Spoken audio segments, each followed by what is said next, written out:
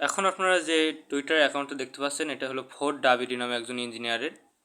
তো তার কথা অনুযায়ী সে 6 মেতে এটা পোস্ট করে।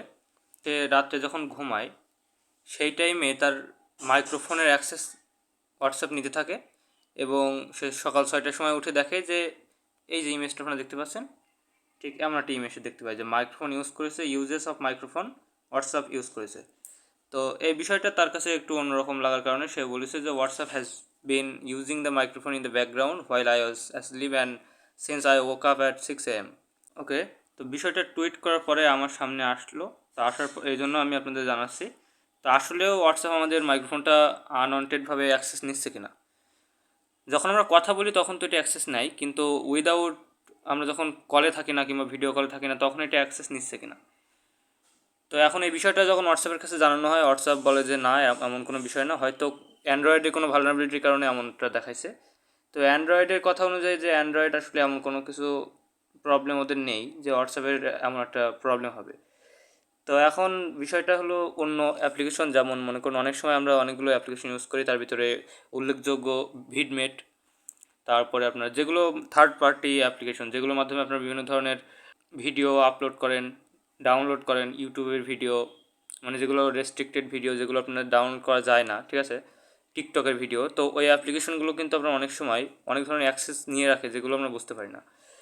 তো এখন ওই অ্যাপ্লিকেশন বাদেও কিছু কিছু অ্যাপ আছে যেগুলো মনে করুন যে আপনার ফোনে কেউ আনওয়ান্টেডভাবে রেখে দিয়েছে, কিংবা প্রত্যেকটা ফোনেরই কিন্তু কিছু অটোমেটেড কিংবা যে অ্যাপগুলো থাকে, যে অ্যাপগুলো মানে ডিলিট করা যায় না, ঠিক আছে, ওগুলো কাস্টমভাবেই দেওয়া থাকে, ওগুলো আপনি ডিলিট করতে পারবেন না উইদাউট রুটেড ফোন। যদি রুট করেন ফোন তখন আপনি ইচ্ছামতো এটা ডিলিট করতে পারবেন, ইনস্টল করতে পারবেন, কিন্তু এমনি যেগুলো রুটেড ফোন না সেগুলো কিন্তু আপনারা ইনস্টল করতে পারেন, কিন্তু আপনি যেগুলো কাস্টম অ্যাপ্লিকেশন আছে ওইগুলো কিন্তু ডিলিট করতে পারেন না।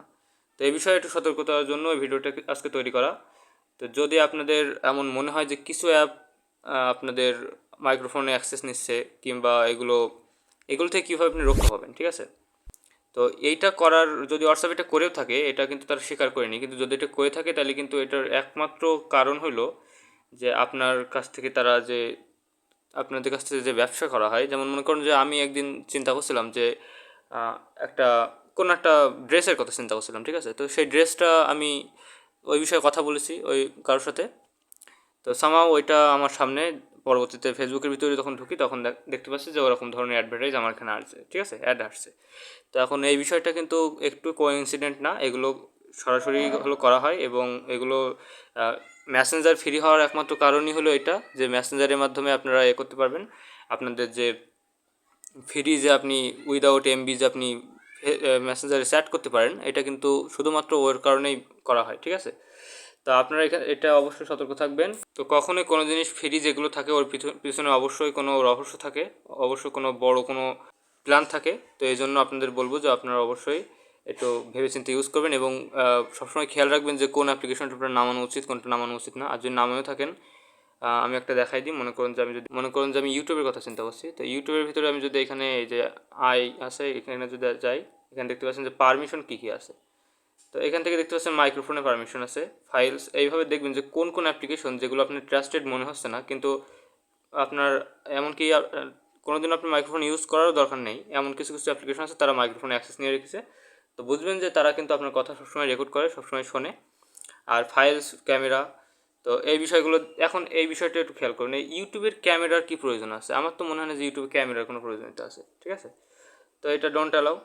তো আপনারা এইভাবে নিজের ডিভাইসকে প্রোটেক্ট করবেন। তো আজকে ভিডিওটি এই পর্যন্তই।